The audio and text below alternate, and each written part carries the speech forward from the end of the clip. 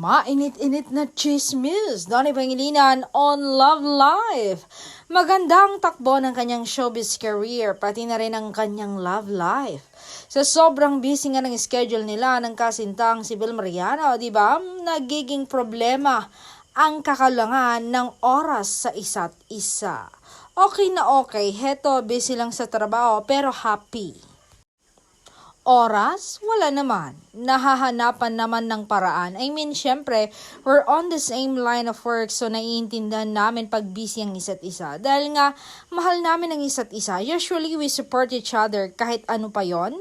Parehong magaling na artista sila Donnie at Belle. Marami na ngang nag-aabang sa pagbabalik nilang magkasintahan this 2026.